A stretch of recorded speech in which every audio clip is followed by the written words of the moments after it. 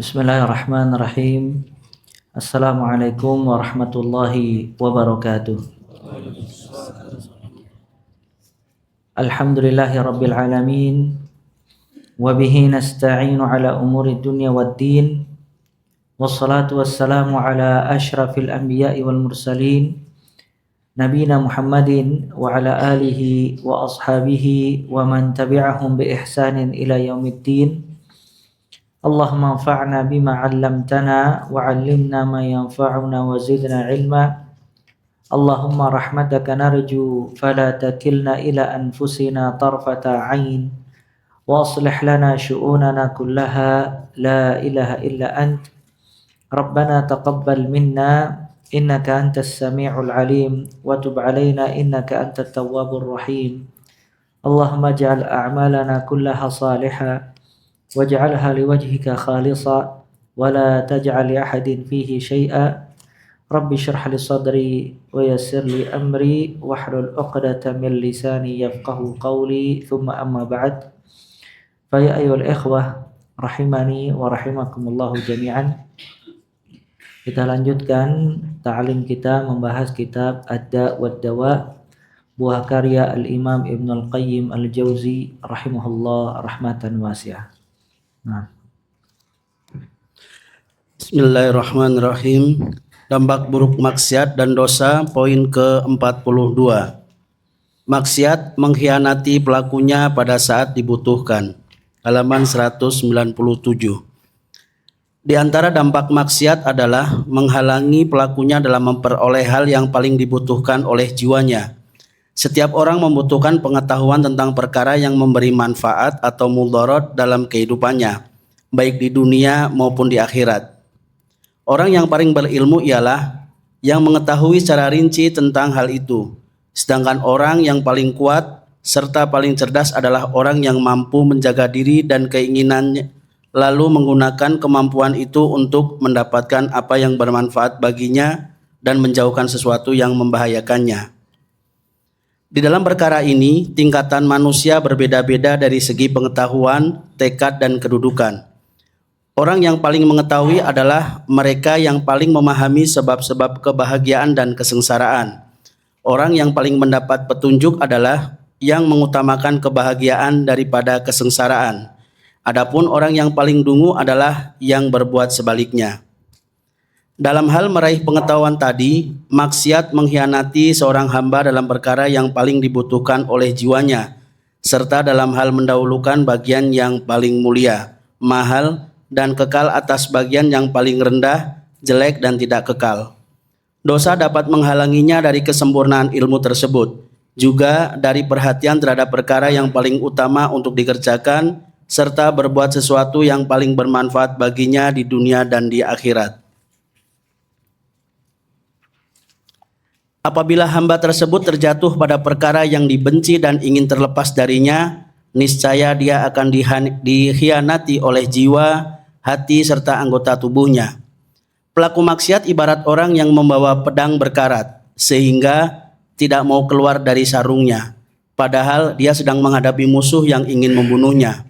Ia meletakkan tangan pada gagang pedangnya dan berusaha keras untuk mencabutnya, tetapi pedang tersebut tetap tidak mau keluar dari sarungnya. Akibatnya, musuh pun segera mendatanginya dan memenangkan pertarungan dengan mudah. Naam ya ikhwah. Maksiat di antara dampak dosa dan maksiat tersebut mengkhianati seseorang ketika dia membutuhkan sesuatu.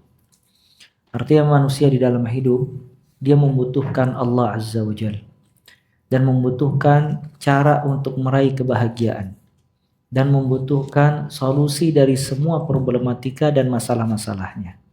Kalau dia bertakwa kepada Allah Azza wa Jalla, maka takwa sebab terbesar dia mendapatkan pertolongan Allah dan diberikan jalan keluar dari semua kesulitannya.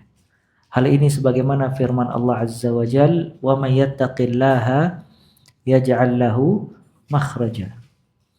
Wa may yattaqillaha yaj'al lahu min amrihi yusra." Barang siapa yang bertakwa kepada Allah, niscaya Allah akan memberikan kepada dirinya makhraj, jalan keluar. Wa may yattaqillaha, dan barang siapa yang bertakwa kepada Allah, yaj'al lahu min amrihi yusra. Allah akan menjadikan semua urusannya mudah. Ayat ini bermanfaat apabila seseorang itu memiliki ilmu dan beramal saleh. Dia berilmu akan hakikat takwa dan dia mengamalkan konsekuensi dari takwa tersebut. Maka buahnya dia dikasih makhraj oleh Allah, jalan keluar. Dan buahnya akan dimudahkan semua urusannya oleh Allah Azza wa Jalla.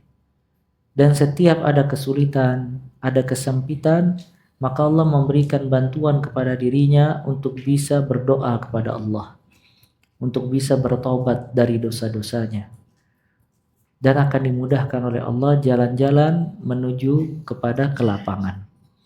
Nah, maksiat ini menghalangi dari itu semua. Kalau seseorang bermaksiat kepada Allah Azza wa Jal, maka mafhum yang difahami dari ayat yang tadi kita sebutkan, Allah akan menyempitkan urusannya dan Allah akan menyulitkan semua urusannya. Maka ini semua buah dari maksiat, dampak dari maksiat. Dan ketika dia butuh, dia sulit, dia butuh jalan keluar dan dia butuh solusi, maka maksiat ini mengkhianati dirinya, menjauhkan dia dari semua sebab-sebab yang bisa mendatangkan kemudahan, kebahagiaan, kelapangan, dan seterusnya. Dan berapa banyak orang yang bermaksiat ketika ditimpa kesulitan malah dia sampai kepada kekufuran. Maka berapa banyak orang-orang awam, nasallallahu alaihi, ketika dia ditimpa kesulitan dia mencela Allah Azza wa Jalla. Dia mengatakan Allah tidak adil, Allah zalim, dan yang lain-lainnya. Maka dia tidak diberi petunjuk oleh Allah Azza wa Jalla untuk bisa mendapati jalan-jalan kemudahan. Nah, ini yang dimaksudkan oleh Ibnul Qayyim rahimahullah. Dari sini juga kita mengetahui manusia bermanfaat dan dia menjadi besar dan menjadi pemimpin di dalam bab agama apabila memiliki dua hal, quwwah ilmiah dan quwwah amaliyah, kekuatan ilmu dan kekuatan amal. Semakin besar dua hal ini, maka semakin besar derajat seseorang dan semakin menjadi pemimpin dalam bab agama. Semakin lemah dua hal ini, maka semakin berkurang derajatnya dan jauh dari kepemimpinan dalam bab agama. Ya, maka seseorang bisa menjadi imam, pemimpin dalam bab din, bab agama apabila memiliki dua hal, quwwah ilmiah dan quwwah amaliyah. Dia memiliki kekuatan ilmu dan kekuatan amal. Hal ini sebagaimana firman Allah Azza wa Jalla, وَجَعَلْنَا مِنْهُمْ أَئِمَّةً يَهْدُونَ بِأَمْرِنَا لَمَّا صَبَرُوا وَكَانُوا بِآيَاتِنَا يُوقِنُونَ. Dan kami jadikan di antara mereka pemimpin-pemimpin yahduna bi amrina. Mereka mengambil petunjuk dari urusan kita. Lamma sabaru, ketika mereka sabar, wa kanu bi ayatina yuqinun, dan mereka yakin dengan ayat-ayat kita. Ayat yang tadi kita sebutkan itu kiat-kiat untuk menjadi imam fiddin, al-imamah fiddin. Cara meraih kepemimpinan di dalam agama. Dan hal ini dimotivasi di dalam agama Islam. Ya, sebagaimana doa yang kita panjatkan kepada Allah Azza wa Jalla, waj'alna lil muttaqina imama. Ya Allah, jadikanlah kami pemimpin buat orang-orang yang bertakwa. Jadi disuruh untuk menjadi pemimpin orang-orang yang bertakwa. Dan Allah memuji Ibrahim alaihissalam, inna Ibrahim kana ummah. Ibrahim adalah ummah. Umat maksudnya teladan dan pemimpin. Nah, pemimpin dalam bab agama itu diraih dengan dua, keyakinan dan kesabaran. Ibnu Taimiyah rahimahullah, beliau berkata, bis-sabri wal yaqin tunal al-imamatu fid din. Dengan kesabaran dan keyakinan akan diraih kepemimpinan di dalam bab agama. Apa maksudnya dari yakin? Yakin quwwah ilmiah, kekuatan ilmu. Ilmu puncaknya adalah yakin. Maka ayat-ayat ini ayat-ayat yang tadi kita bacakan, perkataan Ibnul Qayyim, hadis-hadis Nabi SAW, aqwalul ulama, perkataan ulama, semuanya bermanfaat kalau kita punya keyakinan. Nah, keyakinan ini tumbuh dari kekuatan ilmu. Ya, maka kalau orang memiliki kuwah ilmiah, ya, kekuatan ilmu, ma'rifah, ya, itu menumbuhkan rasa yakin dia kepada Allah Azza wa Jalla. Yakin akan kehidupan akhirat, yakin akan perjumpaan kepada Allah Azza wa Jalla, yakin semua takdir Allah baik, yakin semua perintahnya pasti memiliki kebaikan, yakin semua larangannya pasti memiliki dampak dan keburukan. Nah, maka yakin itu buah dari kekuatan ilmu. Namun keyakinan ini tidak cukup, karena kalau orang hanya memiliki kekuatan ilmu tanpa dibarengi dengan amal, maka ilmu ini membinasakan dia. Antum lihat ahlul kitab, dia memiliki ilmu, dia hafal kitab-kitab, diturunkan kepada mereka para nabi dan para rasul. Namun ilmu yang begitu luas yang ada pada diri mereka tidak bermanfaat sama sekali. Kenapa? Karena mereka tidak dibarengi dengan yang kedua. Yang kedua itu sabar. Dan sabar ini quwwah amaliyah, kekuatan di dalam beramal. Karena tidak mungkin seseorang bisa beramal tanpa sabar. Di antara macam-macam sabar, as-sabru ala ta'atillah. Sabar di dalam menjalani ketaatan kepada Allah Azza wa Jalla. Ya, maka kalau dia sabar di dalam menjalani ketaatan, ya, dan dia memiliki kekuatan amaliyah, ya, dan sabar di dalam menjalani ketaatan, dengan itu dia menjadi pemimpin. Lihat firman Allah Azza wa Jalla ketika Allah menjelaskan tentang turunnya Al-Quran. Inna nahnu nazzalna 'alaikal Qur'ana tanzila. Sesungguhnya kami menurunkan kepada engkau wahai Muhammad Al-Quran tanzila, berangsur-angsur. Semua kitab yang diturunkan kepada para nabi itu sekaligus, tidak berangsur-angsur. Ya, suhuf yang Allah berikan kepada Ibrahim itu sekaligus, dan nabi-nabi yang lain atau rasul-rasul yang lain. Kitab yang diturunkan secara berangsur-angsur sesuai dengan kejadian, sesuai dengan perkara yang dibutuhkan oleh umat, itu cuma kepada Nabi SAW. Mestinya bersyukur atau tidak? Bersyukur, karena itu kemudahan yang datang dari Allah Azza wa Jalla. Tapi lihat firman Allah, fasbir li hukmi rabbik. Sabarlah wahai Muhammad dengan hukum Rabb kamu. Setelah Allah menurunkan Al-Quran, itu diturunkan kepada Muhammad SAW berangsur-angsur, disuruh Nabi SAW oleh Allah Azza wa Jalla untuk sabar. Kenapa? Karena semua yang mengamalkan Al-Quran dia butuh sabar. Dengan kesabaran maka dia menjadi pemimpin dalam bab agama. Nah, jadi ada quwwah ilmiah, ada quwwah amaliyah. Kekuatan ilmu dan kekuatan amal. Kekuatan ilmu dan kekuatan amal, di sini kata Ibnul Qayyim, sebab kebahagiaan seseorang. Ya, sebab kebahagiaan seseorang, dia yang lebih mengetahui semua yang dia butuhkan dalam urusan dunia dan urusan akhirat secara terperinci. Dan itu tidak bisa dia raih kecuali dengan kekuatan ilmu dan kekuatan amal. Ya, maka semakin tinggi ilmu seseorang, semakin kuat amalnya, dia semakin diangkat derajatnya oleh Allah Azza wa Jalla. Dan terus seperti itu, tingkatannya dijadikan oleh Allah seperti itu. Nah, makanya orang yang memiliki ilmu dan dia beramal, dia memiliki asbab as-sa'adah, sebab-sebab kebahagiaan. Itu ada pada mereka. Mereka tahu apa yang harus mereka amalkan ketika mereka sulit, dan mereka tahu apa yang harus mereka amalkan ketika mereka lapang. Mereka tahu apa yang harus mereka amalkan ketika Allah menakdirkan kepada mereka hal-hal yang tidak diinginkan, dan mereka tahu apa yang harus mereka amalkan ketika Allah menakdirkan kebaikan buat diri mereka. Mereka tahu apa jalan menuju surga secara terperinci. Dari semua yang wajib, semua yang sunnah, sampai perkara-perkara mubah. Dan mereka tahu asbab asyaqawah, sebab-sebab kesengsaraan. Secara terperinci mereka tahu persis. Maka mereka memiliki semua sebab-sebab kebahagiaan dan semua sebab-sebab kesengsaraan. Dan ini manusia yang paling berbahagia di atas muka bumi. Karena dia memiliki ilmu dibarengi dengan amal. Nah, maksiat ya ikhwah menghalangi dari hal tersebut. Maksiat menghalangi dari keyakinan. Maka nanti dibahas oleh Ibnu Qayyim.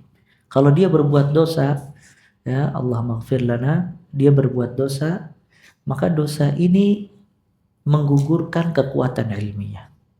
Akhirnya melemah ilmunya. Ketika ilmunya melemah, keyakinannya melemah. Ketika keyakinannya melemah, ada asyak, keraguan. Ada ar-raib, ya, ada keraguan, kebimbangan, dan yang lainnya. Ini buah dari maksiat. Maka ketika dia ditimpa kesulitan, maksiat mengkhianati dirinya. Dia tidak tahu apa yang harus dia perbuat. Padahal dia tahu ayatnya. Ya, dia tahu ayat tentang sabar. Dia tahu ayat tentang syukur. Dia tahu ayat-ayat, dia hafal hadisnya. Cuman maksiat mengkhianati dirinya. Maka tertutup keyakinan dan tertutup pintu ilmu. Ya, maksiat menghalangi dia untuk mendapatkan kekuatan ilmu tadi. Tertutup, akhirnya dia tidak memiliki basirah. Ya, tidak memiliki pandangan yang benar dan tidak dikasih taufik oleh Allah apa yang harus anak perbuat. Ya, ketika anak mendapatkan ini dan mendapatkan itu. Jadi mengkhianati dirinya. Ya, tertutup pintu keyakinan dan tertutup pintu ma'rifah dan ilmu. Sebab apa? Maksiat, ya, sebab maksiat. Ya. Kemudian maksiat juga melemahkan kekuatan amal. Melemahkan kekuatan amal. Sudah ilmunya tertutupi, keyakinannya dikurangi, maka kekuatan amal juga hilang dan menjadi lemah karena maksiat yang dia lakukan.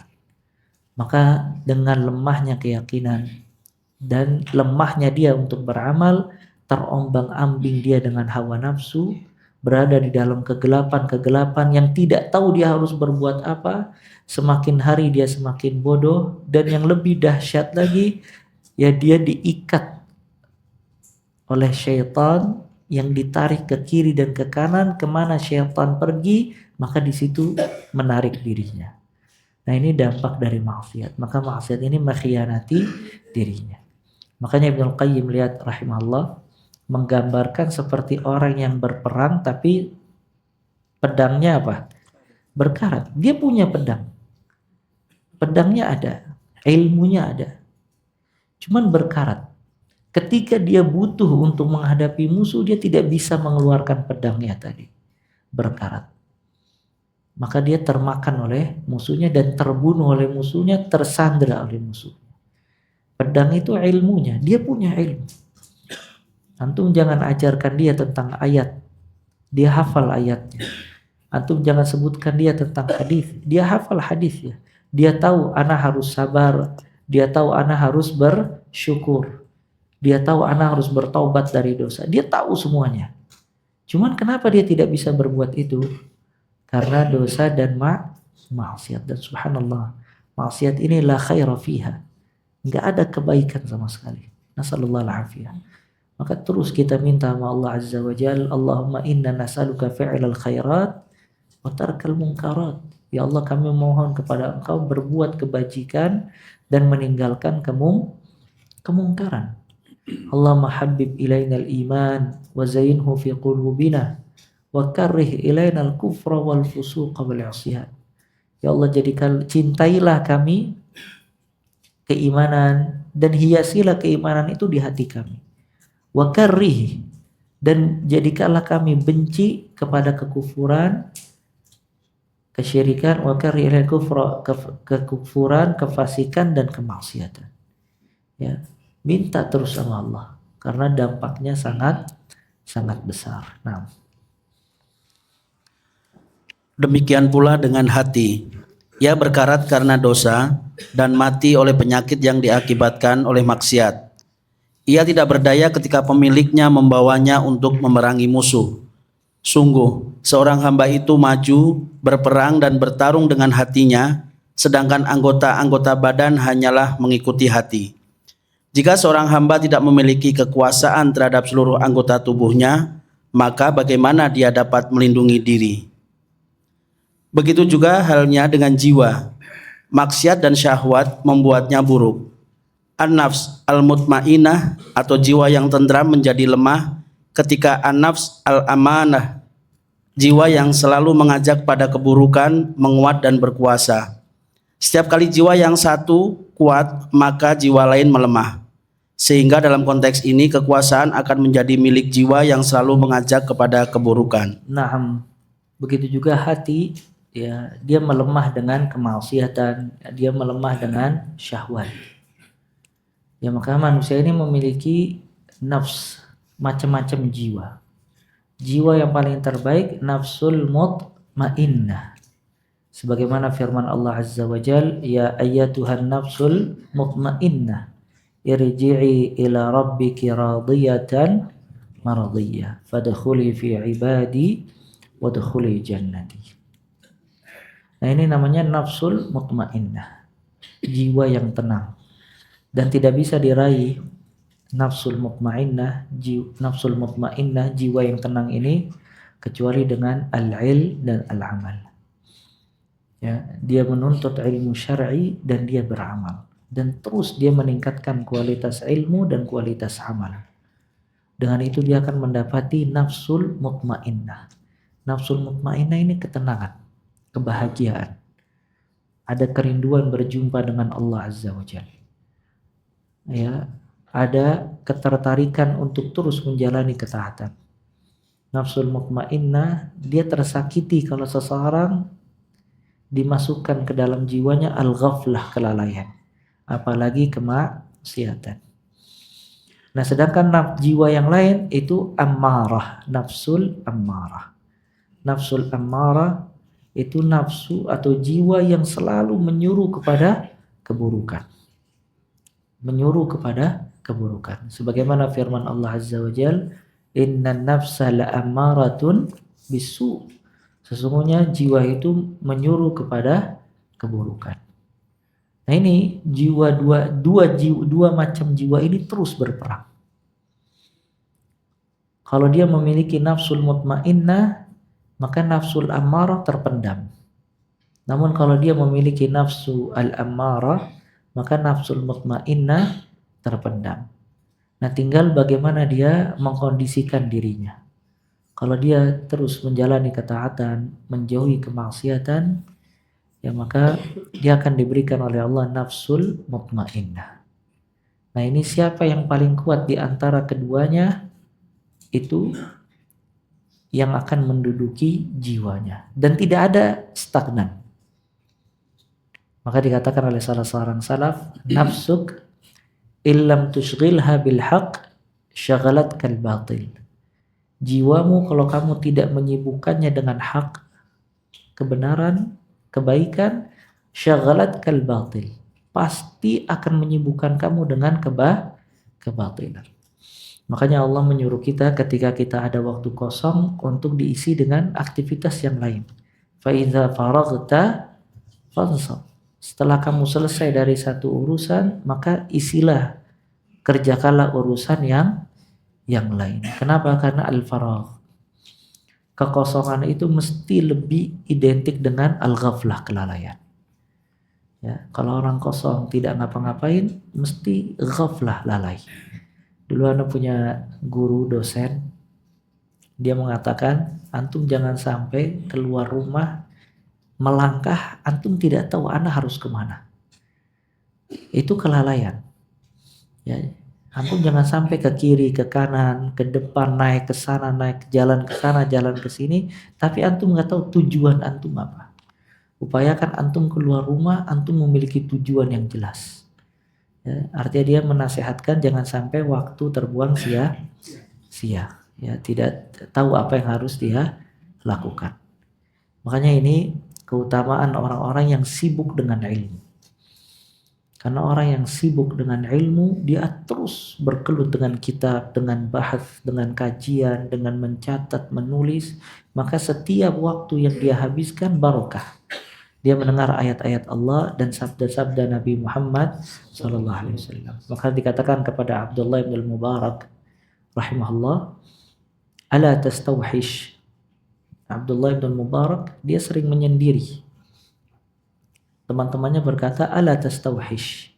Apakah kamu tidak merasa kesepian, sering menyendiri? Kata dia, bagaimana aku merasa kesepian? Aku bersama Rasul SAW dan para sahabatnya. Maksudnya dia mengkaji hadis dan athar-athar. Ya. Nah,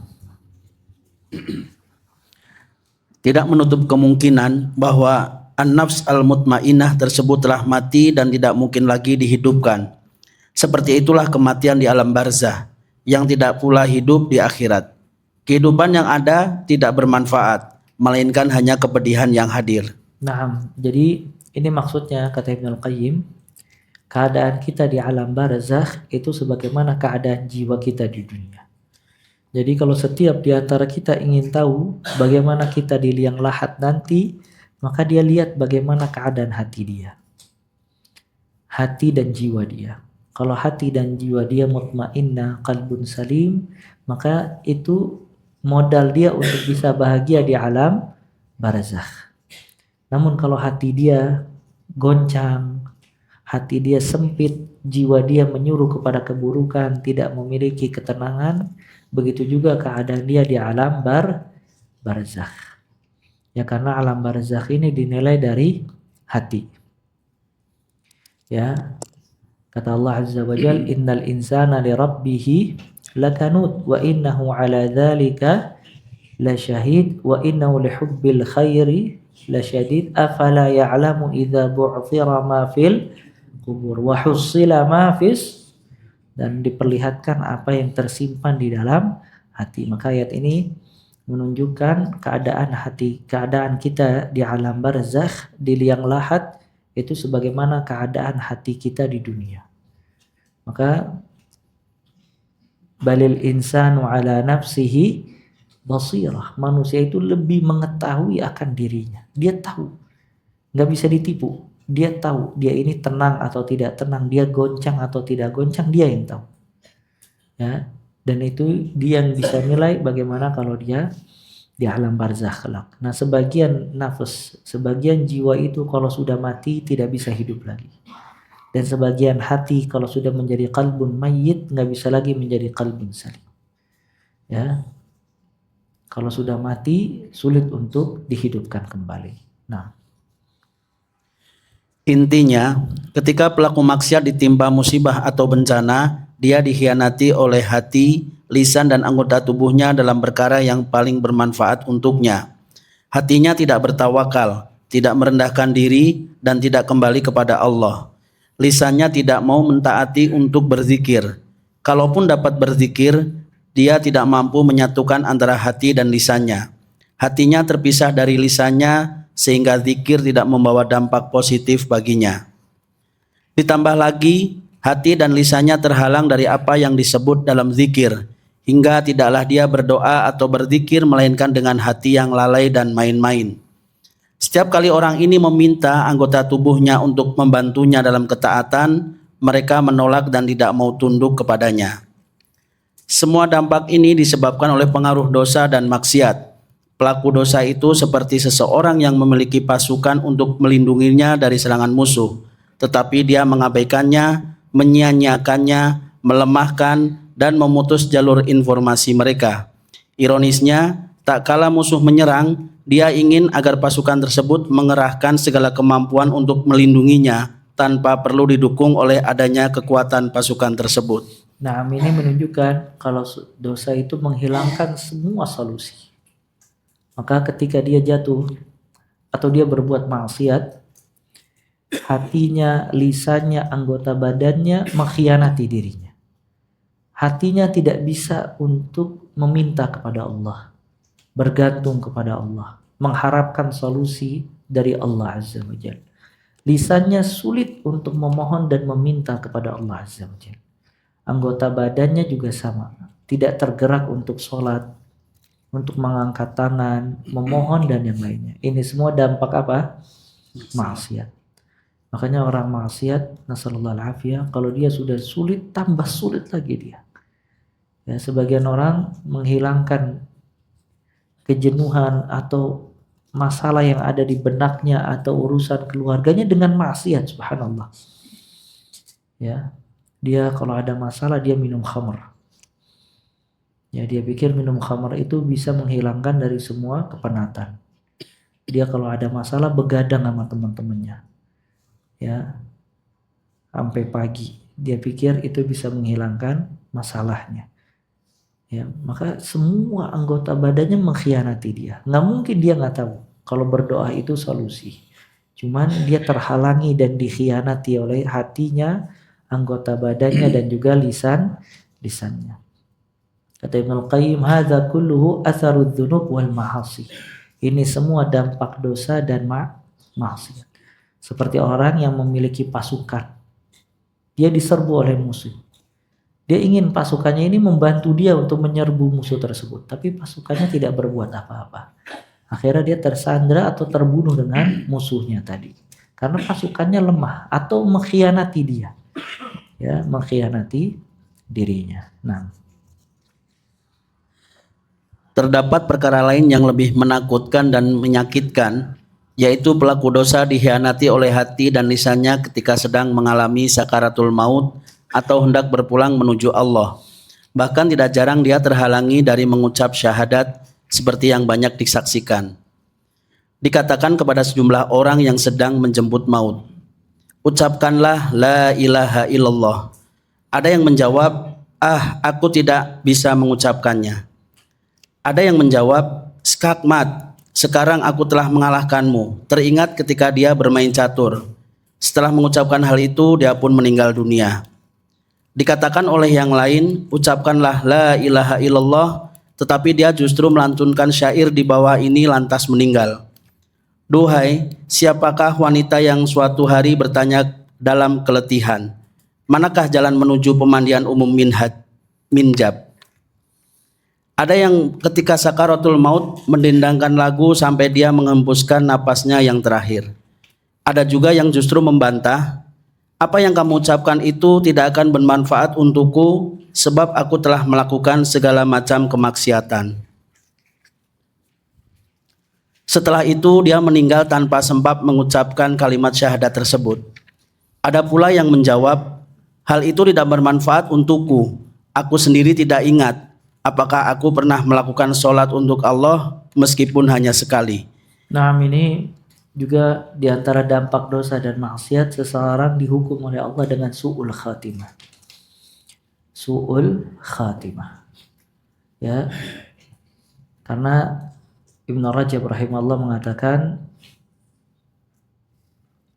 al-khawatim mirathus sawabiq. Al-khawatim mirathus sawabiq. Penutup itu warisan dari sebelumnya. Ya. Man 'asha 'ala syai' mata 'alaihi wa man mata 'alaihi bu'itsa 'alaihi. Barang siapa yang hidup dengan satu kebiasaan, dia akan wafat dengan kebiasaan tersebut. Dan dia akan dibangkitkan dalam keadaan tersebut. Ya. Maka apabila seseorang senantiasa menjalani ketaatan, dia akan wafat di atas ketaatan. Dan apabila seseorang, nasallallahu alaihi, terbiasa berbuat dosa dan maksiat, maka dia akan diwafatkan di atas dosa dan maksiat. Dan ini mengkhianati dirinya. Makanya sebagian yang wafat atau dalam keadaan naza' ditalqinkan, dibimbing untuk mengucapkan la ilaha illallah. Maka dia mengatakan, ana tahu kalimat tersebut tapi ana tidak bisa mengucapkannya. Sebagian lagi menyebutkan bait-bait syair atau bersenadu. Sebagian lagi bernyanyi. Ya, dulu anak punya ustadz, dia waktu lagi keluar dari pesantren, tiba-tiba lihat anak muda ketabrak truk. Maka diselamatkan sama dia, dibawa ke rumah sakit dan di atas pangkuannya. Dan dia ngelihat kalau anak muda ini sudah dalam keadaan sekarat. Ya subhanallah, ditalqin sama dia. Dibilang, ayo ucapkan la ilaha illallah.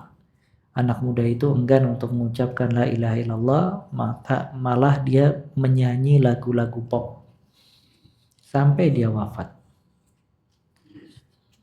Dan juga disebutkan dalam kisah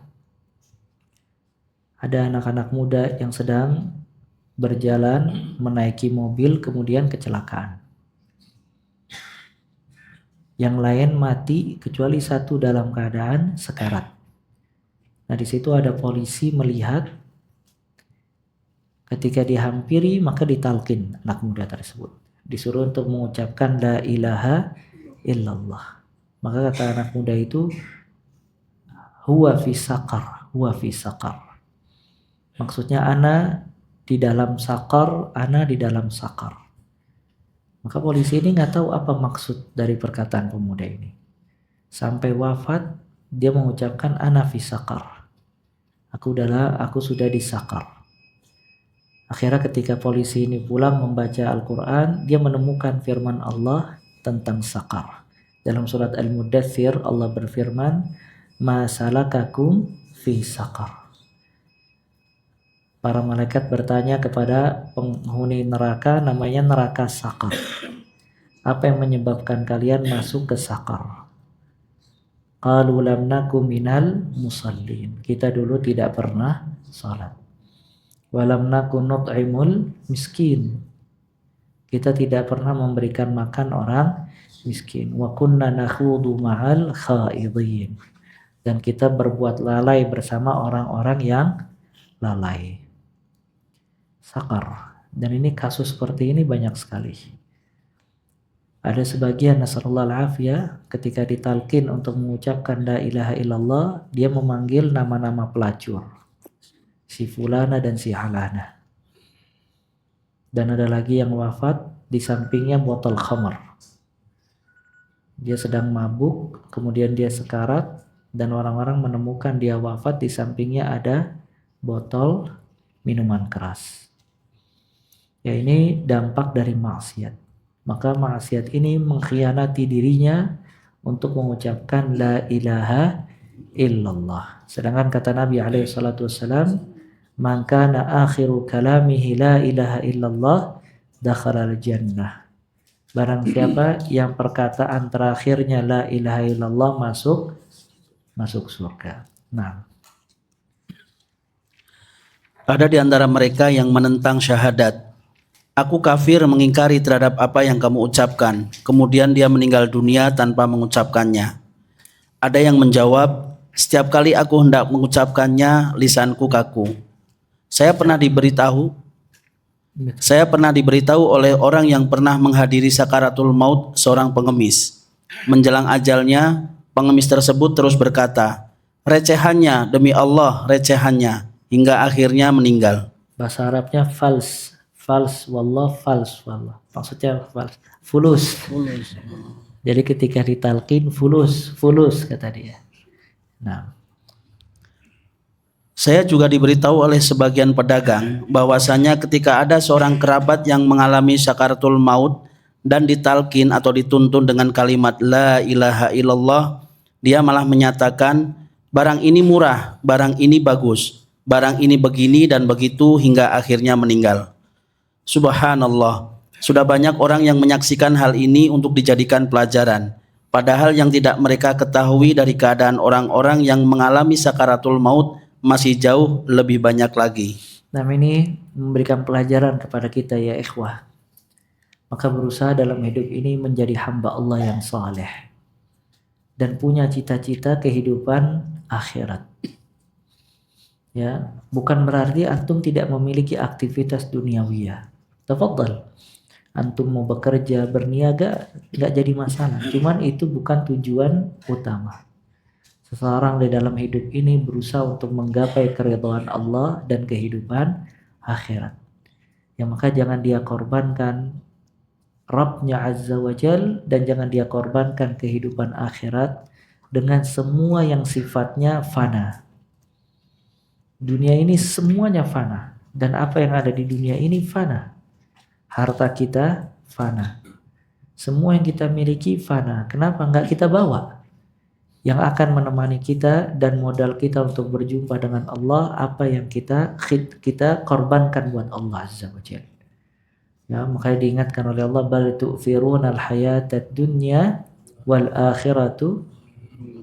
Nah, ya, kalian mendahulukan kehidupan dunia sedangkan akhirat lebih baik. Walal akhiratu khairul laka minal ula, dan akhirat itu lebih baik bagimu dan lebih utama.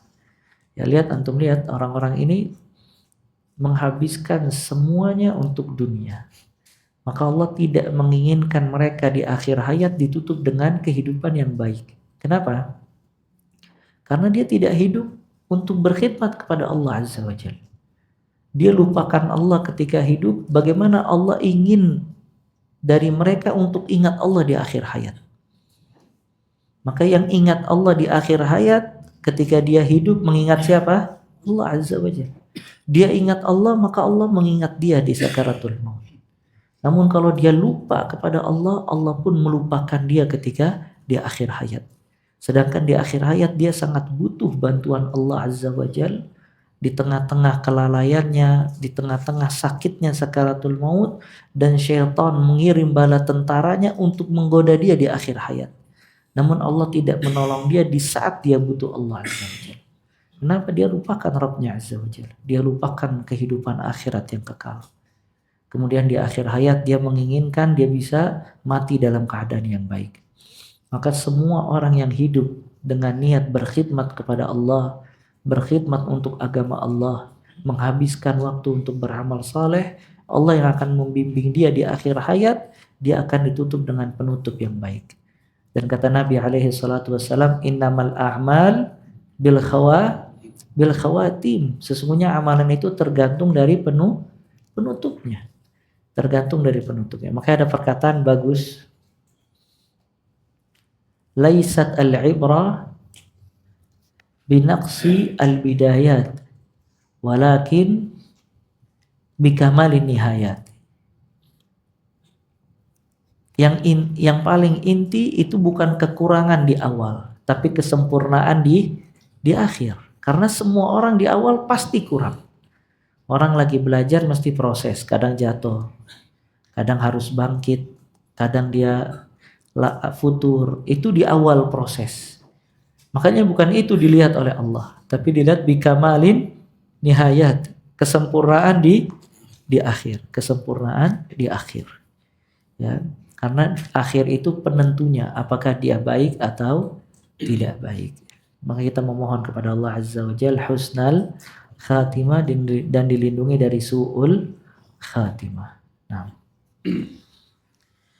Jika seorang hamba mampu dikuasai dan dikendalikan oleh syaitan untuk berbuat maksiat kepada Allah ketika kekuatan, pikiran dan daya ingatnya berada pada puncaknya, sehingga hati dan lisannya dilalaikan dari zikir kepada Allah serta anggota-anggota tubuhnya dilalaikan dari ketaatan kepadanya. Maka bagaimana pula ketika kekuatannya melemah, sementara hati dan jiwanya tersibukkan dengan rasa sakit sakaratul maut, ditambah lagi syaitan telah mengumpulkan seluruh tekad, upaya dan kekuatannya untuk mengambil kesempatan di akhir amalnya. Kondisi syaitan yang paling kuat adalah pada waktu itu. Sebaliknya kondisi seorang hamba justru paling lemah pada saat itu. Maka siapakah di antara mereka yang akan selamat? Lihat kondisi manusia paling lemah pada saat sakaratul maut di akhir hayat. Itu kondisi dia paling lemah. Sedangkan kondisi syaitan paling kuat ketika manusia sedang sakaratul maut. Makanya dikatakan syaitan mengirim semua bala tentaranya agar dia terpeleset di akhir hayat. Ya, terus digoda oleh syaitan. Syaitan berharap di akhir hayat orang ini mati dalam keadaan su'ul khatimah. Maka digoda oleh syaitan. Sedangkan kondisi dia sedang terpuruk pada saat itu. Gak ada yang bisa menolong dia kecuali siapa? Allah Azza wa Jalla. Ya. Yang gak ada yang bisa menolong dia kecuali Allah Azza wa Jalla. Ya, makanya Ini pentingnya seseorang mengingat Allah di kala lapang, maka Allah akan mengingat dia di kala sulit. Ta'arraf ilallahi fi raha ya'rifka fi syiddah. Kenalilah Allah di saat lapang, sehat, ada kesempatan, ada kenikmatan, ya'rifka fi syiddah. Maka Allah akan mengenal kamu di kala sempit dan sulit, dan keadaan manusia yang paling sulit dan lemah ketika sakaratul maut, ya. Dan di antara tanda kebaikan biasanya kalau orang pengen wafat itu dikasih petunjuk oleh Allah, dia beramal soleh sungguh-sungguh sampai diwafatkan dia dalam keadaan seperti itu. Kadang 2 tahun 3 tahun sebelum wafat dia dikasih taufik oleh Allah. Kalau Allah menginginkan dari hambanya itu kebaikan, ya. Namun kalau Allah menginginkan dari hambanya keburukan, ketika mendekati waktu wafatnya dia sengaja didiamkan oleh Allah, tenggelam di dalam lubang maksiat dan dosa. Karena Allah menghendaki dia wafat dalam keadaan su'ul khatimah. Bisa dipahami ya? Nah, Pada saat itulah Allah meneguhkan iman orang-orang yang beriman dengan ucapan yang teguh dalam kehidupan di dunia dan di akhirat. Dan Allah menyesatkan orang-orang yang zalim, dan Allah berbuat apa yang Dia kehendaki. Surat Ibrahim ayat 27. lihat ayatnya, yusabbitullahu alladhina amanu bil qawli thabiti fil hayatid dunya wa fil akhirah. Wa yudhillullahu adh-dhalimin wa yaf'alullahu ma yasha'. Allah meneguhkan orang-orang yang beriman dengan perkataan yang teguh. Jadi yang meneguhkan dia untuk bisa mengucapkan la ilaha illallah siapa? Allah. Allah yang membuat dia kuat. Kata Allah, yusabbitullah. Allah yang meneguhkan orang-orang yang beriman untuk berkata dengan perkataan yang teguh. Bil qawli tsabit, di dalam kehidupan dunia dan juga di dalam kehidupan akhirat. Wa yudhillullahu adh-dhalimin. Dan yang menyesatkan orang-orang zalim siapa? Allah Azza wa Jalla. Lihat subhanallah. Kata para ulama, Allah khaliqul asbab wal musabbabat. Ini kaidah. Allah Ta'ala khaliqul asbab wal musabbabat. Allah yang menciptakan sebab dan buah dari sebab tadi. Sabab itu sarananya, musabbabat itu hasil dari sarana tadi. Sabab usaha, musabbabat buah dari usaha atau hasil dari usaha. Allah yang menciptakan usaha tadi dan Allah yang menciptakan hasil dari usahanya. Anak yang sekolah pengen naik kelas. Apa yang dia lakukan? Belajar. Kalau dia belajar sungguh-sungguh, hasilnya naik kelas. Yang menciptakan atau menakdirkan murid tadi bersungguh-sungguh siapa? Allah. Dan yang memberikan hasil dari usahanya siapa? Allah. Ya, jadi di sini manusia nggak bisa bergantung pada usaha dia, tapi dia selalu bergantung kepada siapa? Allah. Berapa banyak orang yang udah berusaha namun tidak mendapatkan hasil dari usahanya. Berapa banyak orang yang usahanya biasa-biasa saja, namun hasilnya lebih besar dibandingkan orang yang bekerja keras dan bersungguh-sungguh. Ya, sampai anak punya satu teman, subhanallah, dia nggak pernah selama dia belajar turun dari ranking 1, terus ranking 1. Teman-teman yang lainnya di bawah dia. Subhanallah, setelah 10 tahun atau 20 tahun mendatang, yang di bawah dia rankingnya dan prestasinya lebih sukses dibandingkan dia. Dari sisi kemudahan, kuliah, karir, dan yang lainnya. Sedangkan dia ya jauh keberhasilannya dibandingkan teman-teman yang lain. Hingga sempat terucap dari mulutnya, ana nyesel kenapa dulu ana rajin. Ya, dia ngelihat yang di bawah-bawah dia tidak rajin, lebih sukses dibandingkan dia. Dia habiskan waktu buat belajar ketika orang-orang pada bermain, dia belajar, dia menghafal dan yang lain. Pelajarannya maksudnya Allah yang menciptakan sebab dan Allah yang menciptakan hasil dari sebab tadi. Makanya manusia tidak ada tempat bergantung kecuali Allah Azza wa Jalla. Nggak ada tempat bergantung kecuali Allah Azza wa Jalla. Ya, Allah satu-satunya yang membantu dia untuk mengambil sebab, dan Allah juga yang akan memberikan hasil dari sebab dia. Ya, akhirnya kalau misalnya dia tahu Allah yang menciptakan itu semua, nggak ada tempat kembali kecuali Allah Azza wa Jalla. Maka kata Ibn Sa'di rahimahullah, Inna Allah idza arada bi'abdihi khairan hayya'a lahul asbab. Allah kalau menginginkan dari hambanya kebaikan, maka Allah akan buka pintu sebabnya.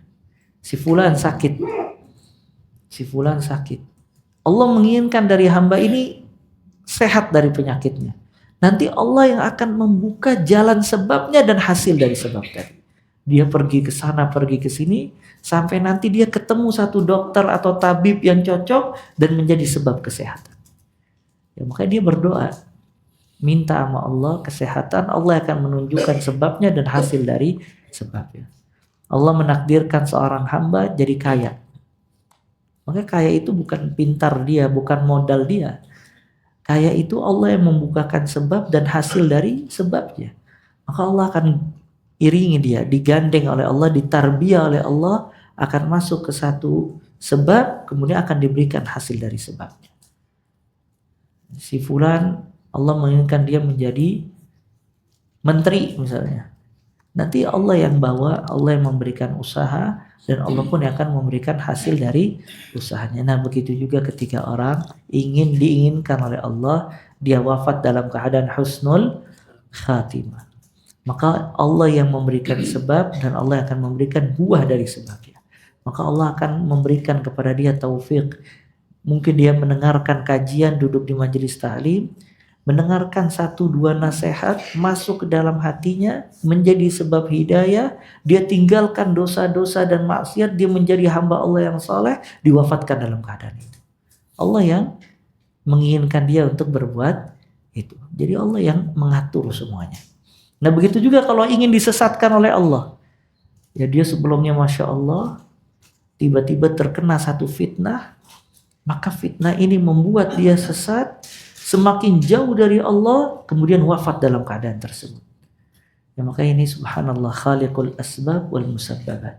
Allah yang menciptakan sebab dan menciptakan hasil dari sebab-sebab tadi. Oleh karena itu, tidak ada tempat kembali dan tidak ada tempat meminta dan tidak ada tempat berharap, tidak ada tempat bergantung kecuali hanya kepada Allah Azza wa Jalla. Ya, yuthabbitullahu alladhina amanu bil qawli tsabiti fil hayati dunya wa fil akhirah. Allah yang akan meneguhkan orang-orang yang beriman dengan perkataan yang teguh di dunia dan di akhirat. Ya, kita mohon kepada Allah Azza wa Jalla agar Allah senantiasa memberikan kita hidayah, menjadikan hamba-hamba yang saleh dan taat sampai akhir hayat dan diwafatkan dalam keadaan yang terbaik dan husnul khatimah. Amin ya rabbal alamin. Nah. Dengan demikian, bagaimana mungkin taufik untuk husnul khatimah atau cara kematian yang baik akan didapatkan seseorang yang hatinya lalai dari zikir kepadanya, yang selalu mengikuti hawa nafsunya dan keadaannya yang melampaui batas. Sungguh, orang yang hatinya lalai dari mengingat Allah Subhanahu wa taala sangat jauh dari husnul khatimah. Tidak mengindahkan perintahnya, menyembah hawa nafsunya, tertawan oleh syahwatnya, lisannya kering dari zikir kepadanya, dan anggota-anggota tubuhnya tidak mentaati perintahnya, bahkan dia selalu sibuk dengan maksiat. Maka jauhlah dia dari husnul khatimah. Lihat subhanallah. Kata beliau, ini perkataan bagus sekali Ibnu Qayyim. Bagaimana seseorang bisa diberikan oleh Allah husnul khatimah sedangkan hatinya lalai kepada Allah Azza wa Jalla. Tidak mengingat Allah, selalu mengikuti hawa nafsu, dan semua urusannya berantakan. Hatinya jauh dari Allah, lalai dari menyembah Allah, tunduk kepada hawa nafsunya, tersandera dengan syahwatnya, lisannya kering untuk menyebut dan mengingat Allah Azza wa Jalla. Anggota badannya terdiam tidak melaksanakan ketaatan, bahkan tersibukkan dengan kemaksiatan. Maka bagaimana karakter seperti ini yang gak pernah zikir, gak pernah ibadah, hatinya gak pernah diberikan kepada Allah, tidak pernah mengingat Allah, bisa dikasih taufik untuk husnul khatimah. Dia habiskan semua waktunya untuk maksiat. Kemudian di akhir hayat dia menginginkan, dia mengucapkan la ilaha illallah, ya. Sulit, ya. Seperti ini. Ya, kalau dia ingin di akhir hayat mengucapkan la ilaha illallah, maka dia harus menghabiskan semua waktunya untuk berkhidmat kepada Allah Azza wa Jalla. Nah. Rasa takut terhadap su'ul khotimah atau cara kematian yang buruk mematahkan tulang punggung orang-orang yang bertakwa. Di sisi lain, orang-orang zalim yang berbuat keburukan seolah-olah mendapat jaminan keamanan dalam hal ini. Allah Subhanahu wa taala berfirman, "Atau apakah kamu memperoleh janji-janji yang diperkuat dengan sumpah dari kami yang tetap berlaku sampai hari kiamat, bahwa kamu dapat mengambil keputusan sekehendakmu? Tanyakanlah kepada mereka, siapakah di antara mereka yang bertanggung jawab terhadap keputusan yang diambil itu?" Surat Al-Qalam ayat 39 sampai 40. Nah, ini juga perkataan yang bagus, kata Ibnu Qayyim, semua orang kalau bertakwa takut su'ul khatimah. Jadi buah dari iman, buah dari ilmu, buah dari ketakwaan itu khauf. Ada rasa takut, takut dari syirik, takut dari tergelincir di akhir hayat, takut dari kelalaian, takut tidak diampuni dosanya oleh Allah Azza wa Jalla. Allah tidak menginginkan seorang hamba yang bertakwa dalam keadaan aman. Tapi Allah terus menaruh di dalam hatinya rasa takut. Cuman rasa takut ini bukan membuat dia futur. Rasa takut yang membuat dia terus meminta dan memohon kepada Allah Azza wa Jalla. Lihat Nabi Ibrahim alaihissalam.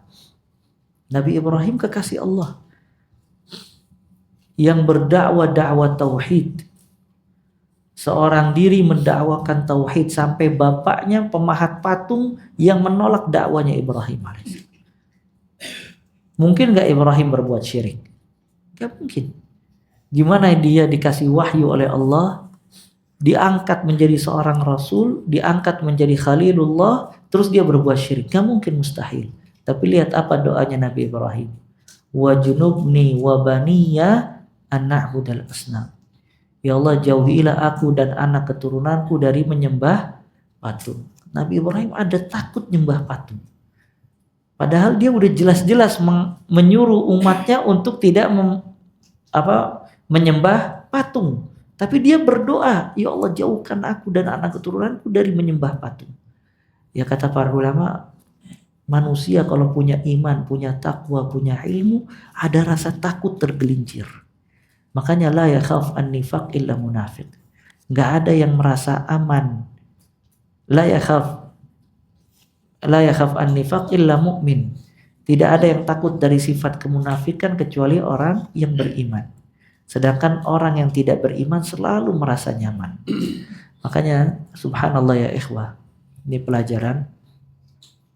Sebagian orang ketika dia orang yang soleh, ketika sudah tergelincir sedikit, kadang diwafatkan oleh Allah. Ini tanda Allah cinta kepada hamba tadi. Makanya yang berbahaya itu yang hidup. Yang sudah wafat di atas kebaikan, dia selamat.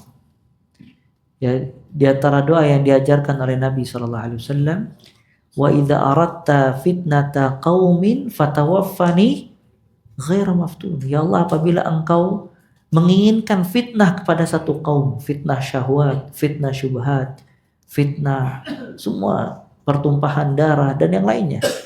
Kalau engkau menginginkan fitnah kepada satu kaum, fatawaffani ghaira maftun. Maka wafatkan aku jangan sampai terkena fitnah tersebut. Kata para ulama, doa ini mengajarkan kepada kita seseorang yang wafat tidak hidup di zaman fitnah lebih baik dibandingkan hidup terkena fitnah. Makanya Abu Hurairah radhiyallahu an pernah lihat seorang pemuda di puncak kebaikan. Ini pemuda luar biasa soleh, puncak kebaikan, jaga sholat puasa. Kata Abu Hurairah, kalau seandainya dia wafat jauh lebih baik. Kenapa? Karena dia selamat dari fitnah. Ya, karena al-hayy la ta'man al-fitnah. Orang yang hidup itu tidak merasa aman dari fitnah. Kita yang hidup ini banyak ancaman fitnah. Kita tidak tahu apa yang akan terjadi di esok hari pada diri kita. Nasallallahu alaihi. Nggak tahu apakah kita masih bisa istiqamah atau tidak. Kita tidak tahu kita bisa di atas sunnah atau tidak. Bahkan kita nggak tahu apakah masih berada di atas agama Allah atau tidak. Nah, sedangkan kalau ada seorang hamba diinginkan oleh Allah kebaikan, kalau dia sudah terfitnah sedikit, diwafatkan oleh Allah Azza wa Jalla. Karena Allah tidak menghendaki hamba itu terkena fitnah. Cuman kalau Allah tidak menghendaki kebaikan, dibiarkan dia oleh Allah sampai terkena fitnah tadi, akhirnya dia wafat di atas keburukan. Nas'alullah al-afiyah. Makanya di sini selalu harus takut seorang mukmin dari su'ul khatimah, takut dari fitnah, takut dari syirik, takut dari maksiat, takut dari ghaflat. Terus dia harus takut. Ya, karena tidak ada jaminan dia bisa istiqamah. Dan tidak tahu dia apa yang terjadi di hari esok. Maka terus dia takut, rasa takut yang membuat dia selalu di atas pengawasan. Kata Imam Al-Hasan Al-Basri rahimahullah, al-mu'min yajma' bainal amal wal khauf. Orang mukmin itu mengumpulkan antara amal dan rasa takut. Dia beramal tapi takut amalannya tidak diterima, takut dari riya, dari syirik. Sedangkan orang munafik atau orang fasik, dia bermaksiat dan merasa aman. Nah, mungkin udah syairnya nggak usah dibaca, kita cukupkan sampai di sini. Syair kan ya sisanya? Iya, Ustaz. Nah, syairnya nggak usah dibaca, kita cukupkan sampai di sini. Ya, wasallallahu alaihi wa sallam Muhammad wa akhiru da'wana alhamdulillahi rabbil alamin.